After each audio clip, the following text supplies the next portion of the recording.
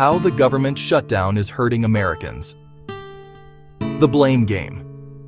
When the government shuts down, America doesn't stop moving, but millions of lives get put on pause. The politicians keep talking. The cameras keep rolling, but the people feel the pain. Every time Washington locks up in a budget fight, ordinary Americans become the hostages.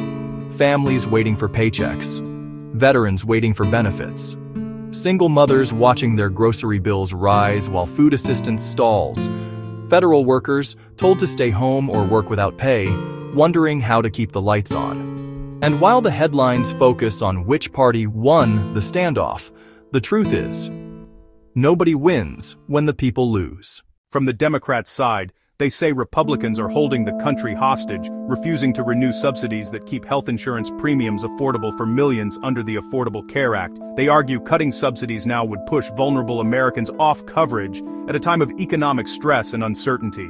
From the Republican side, they accuse Democrats of wanting endless spending, of subsidy addiction. They argue that it's irresponsible to keep propping up health premiums forever. That at some point, Americans must own their costs. They claim defunding programs as a way to force efficiency, to curb government bloat, but neither narrative addresses what's happening in real time. The choices, the trade-offs, the hidden transfers of money. One of the most outrageous contradictions in this standoff is how ICE is being treated. Officials are now offering retired ICE agents up to $50,000 in signing bonuses to return to service. New recruits are being promised six-figure salaries plus bonus structures. Meanwhile, the talking point from Republicans is, we can't afford healthcare subsidies for millions of Americans.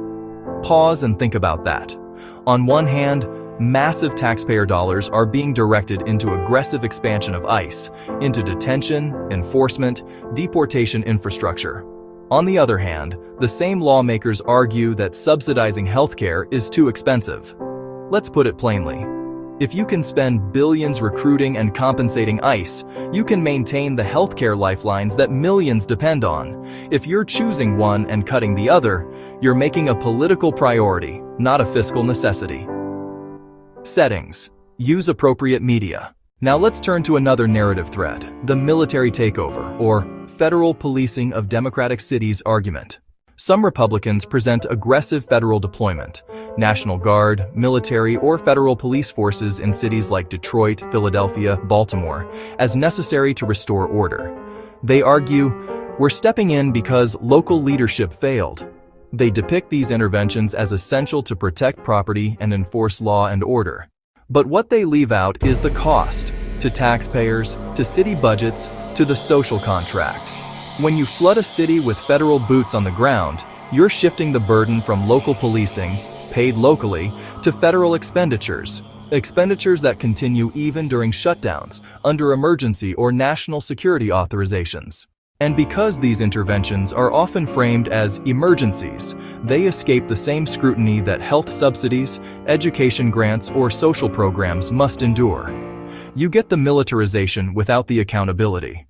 In effect, local communities pay for broken systems, then see federal forces parachuted in, funded by your tax dollars. We lose track of oversight. Which agency is doing what, under what rules, with what authority?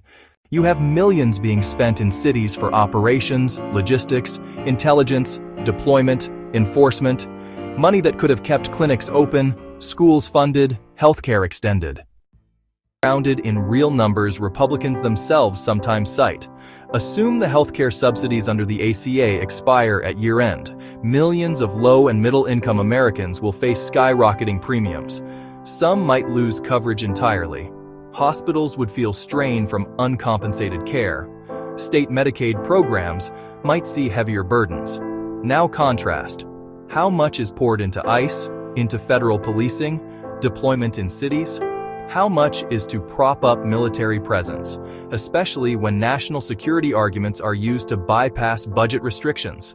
How many billions have been committed to enforcement, immigration detention expansion, law enforcement modernization? The math is stark. It would cost less, in many cases, to continue the subsidy, keep people insured, than to underwrite the massive security and policing budgets. especially when those budgets are hidden behind emergency and national security labels.